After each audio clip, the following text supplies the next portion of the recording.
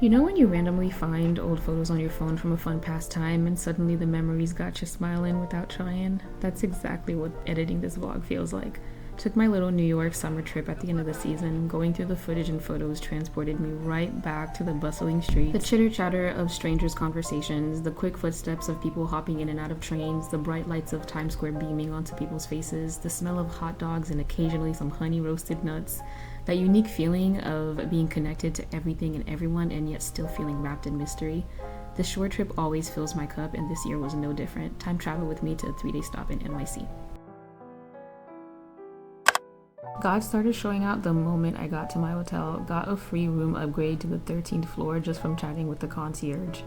Cracking a joke with a stranger ain't never hurt me, y'all. That's all I'm gonna say. Look at the views. It looked like a movie scene there. I think this is the best view I've ever had in the city, and this was a modest hotel. I have my little niche things I like to do while I visit, like having a meal at one of my favorite restaurants or doing a little shopping, but for the most part on these trips, I give myself permission to just be. Having grown up on the East Coast, visited New York more times than I can count, and knowing I'll be back again, I just don't feel the pressure to plan out my time. I really just be here dilly-dallying. In general, I think it's good to experience vacations in both ways, with a full itinerary or none at all.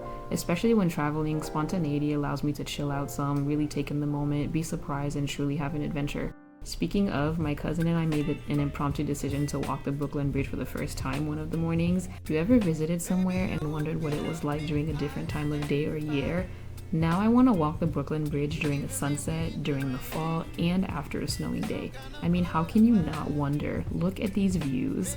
I've seen Dumbo at night, but look at it during the day here. Gorgeous. We wandered into multiple plant shops. I don't know yet if I should be worried about the fact that I'm realizing collecting plants isn't a phase for us. It's become a lifestyle, because why were we putting plants on layaway while we were going shopping and eating? And the plant shop employees actually agreed to hold them for us. The two of us plant shopping together is already trouble, but when we have enablers, it's over. I picked the coffee shop where I started writing this because it looked like it was full of plants. Yeah. I finally saw The Lion King on Broadway. It's crazy that this has been on my bucket list since I was a teenager, and it happened so unexpectedly. We decided to go while at dinner an hour before the show and bought tickets right there, and then ended up meeting the girl who plays Nala at the end of the show across the street at a gelato spot. One thing I love about New York is while everything feels so connected, the experience from one part of town to the other can be so different. You can go from produce being sold on the corner of a street to world-renowned architecture, like legit crabs in a bucket being sold one minute to the vessel the next. The urban planning girly in me is always so alive here. Even when I come with no itinerary, I never get bored.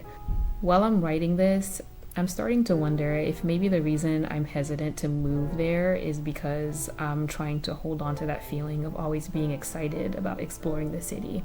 If I live there, maybe I'll lose that.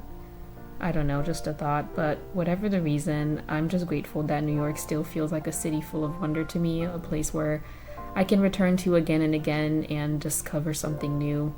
No matter how short or unplanned, every trip gives me a little spark, a reminder to stay curious and open and to kind of just let life unfold. Until next time, New York, and on to the next flight. See y'all soon.